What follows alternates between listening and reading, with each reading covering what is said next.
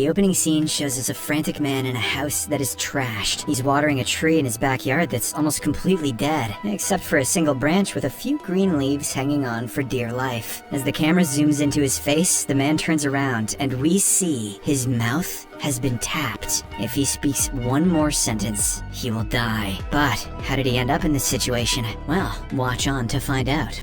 The scene shifts back a few weeks ago. Jack McCall is a literary agent whose job is to find talented writers and sell their books to publications. Jack is an amazing businessman and an even more talented talker. He is known among his colleagues for being able to talk anyone into doing anything. Jack also has a beautiful wife, Caroline, and a 1-year-old son who he loves dearly, but he often neglects his family for work. Caroline is used to taking care of her baby on her own and is tired of her husband's nonchalance towards his family duties. One morning, in his office, Jack finds out that a famous spiritual guru, Dr. Sinya, is in the city. A book written by him would definitely be a super hit and bring in a lot of money, which piques Jack's interest. He pitches the idea to his team, who are skeptical if a spiritual leader will sign a deal with them, but Jack reminds them how amazing his skills of persuasion are. The very next day, he books a meditation session with Dr. Sinja in hopes of meeting him. However, when it comes to the actual meditation, he is unserious and distracted. Just when the session is about to end, Jack pretends to be overwhelmed and is taken aside by Dr. Sinja himself. As they chat, Jack cleverly tells him that he wishes to spread the doctor's work to the world in the form of a book. Dr. Sinja realizes Jack's intentions and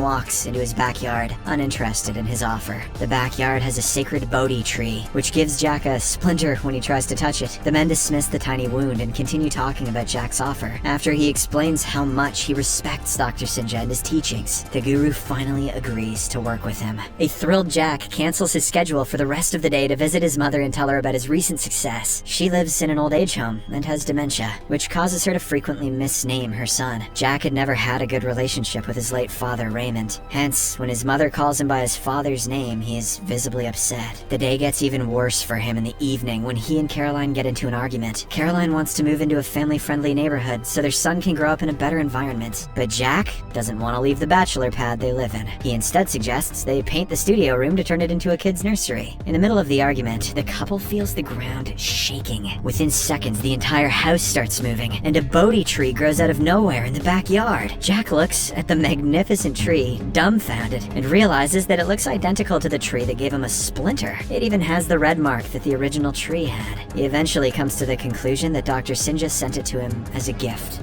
The following morning, Jack is thrilled to receive Dr. Sinja's book that he thinks will make him millions. However, his plan is in vain when he finds out the book is only 5 pages long. Assuming that Dr. Sinja is playing a joke on him, Jack goes to his ashram only to find out that the spiritual leader wants to keep the book short. He argues that this is a breach of contract, but Dr. Sinja remains adamant in his decision. As they chat, Jack brings up the tree in his backyard, which piques Dr. Sinja's interest. They go to his house to check it and see that a branch has no leaves, while the rest of the tree is green. After inspecting it for a while, Dr. Sinja comes to a shocking revelation. Jack's life is now tied to the tree. Every word he speaks will cause a leaf to shed, which means when there are no more leaves left, his life will end as well. Checks out. Jack freaks out and tries to axe the tree down, but ends up hurting only himself. This is when it is revealed that if the tree is harmed, Jack will suffer with it. He has no way to save himself other than to stop speaking entirely. Dr. Sinja promises to help him after consulting his colleagues in Bolivia, but even that will take 3 days. The next morning, Jack wakes up from a nightmare and tries to leave a note for his wife. It doesn't take him long to find out that every word he writes will also make a leaf fall. In fact, if he tries to communicate with anyone in any way, the tree will reciprocate. In the following scene, he hopelessly goes to work and comes across several hurdles in the way because of his new disability. The barista gives him wrong orders of coffee, and he causes an accident trying to save a blind man. However, the day only gets worse for him at work when he is introduced to an important investor who he cannot talk to. As he tries to get through the conversation, 2 squirrels start climbing up the tree at home. As a result, Jack feels ticklish and starts laughing, making a fool out of himself. Later that day, he brings his assistant Aaron to a meeting, hoping that he can communicate with the investors. In the middle of it, Jack sweats profusely because of the tree being watered at home. The investors try to ignore the elephant in the room, but the meeting ends in a disaster because of Aaron's lack of communication skills. After a long day, when Jack finally reaches home, Caroline tries to talk to him about their relationship. She takes his silence as anger, causing a bigger anger argument and walking out with the baby. Within only a day of living with the curse, Jack has lost his biggest investors and his family is hanging by a thread. The reality of it all hits him like a storm, making him feel helpless. He tries calling Dr. Sinja in Bolivia for an update and wastes several leaves, but doesn't get an answer. The next day, Caroline makes a final attempt to salvage their marriage by calling Jack to a hotel room for a steamy night. He sees her waiting for him in lingerie and excitedly enters the room. But things start going downhill soon. When Caroline asks him if he loves her, all Jack can say is the word yes, which pushes Caroline to leave him for good. Right after, Jack has to go to yet another meeting with the investors who he blew yesterday. He blew.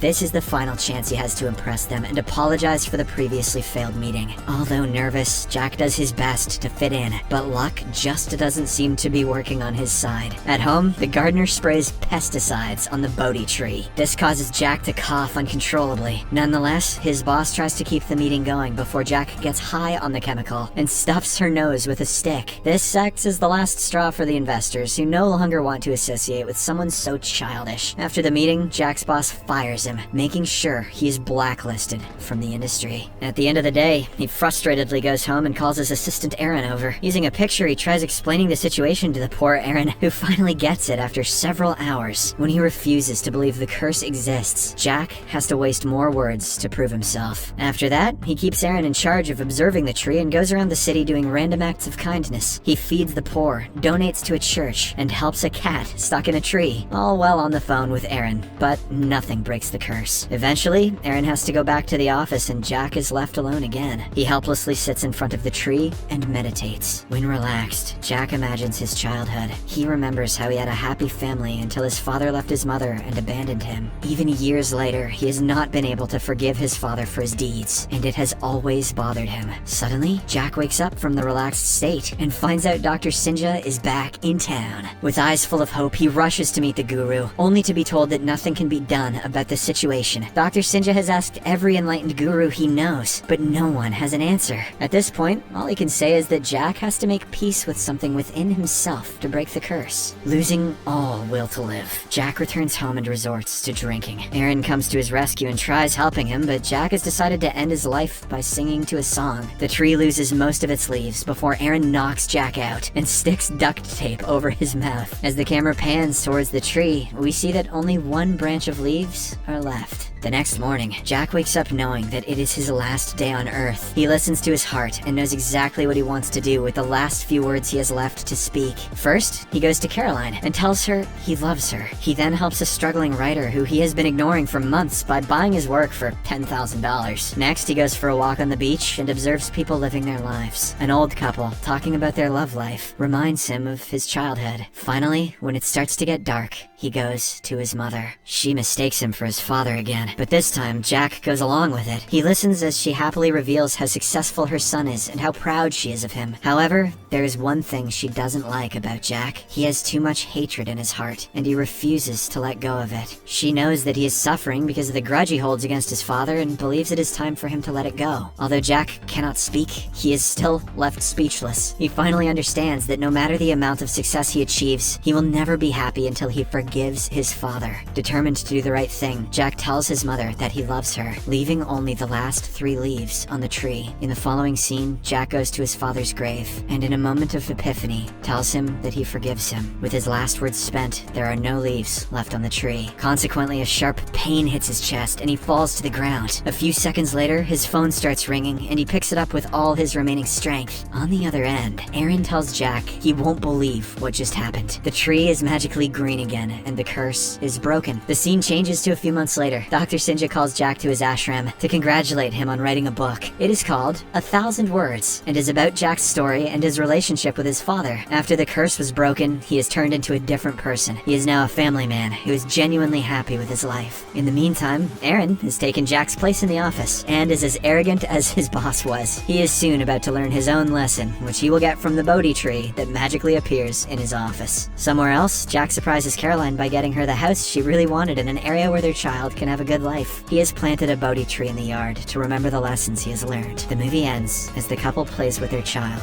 in their new house. Subscribe for more videos like this, turn on notifications, and leave a like to help the channel out. Thank you for watching.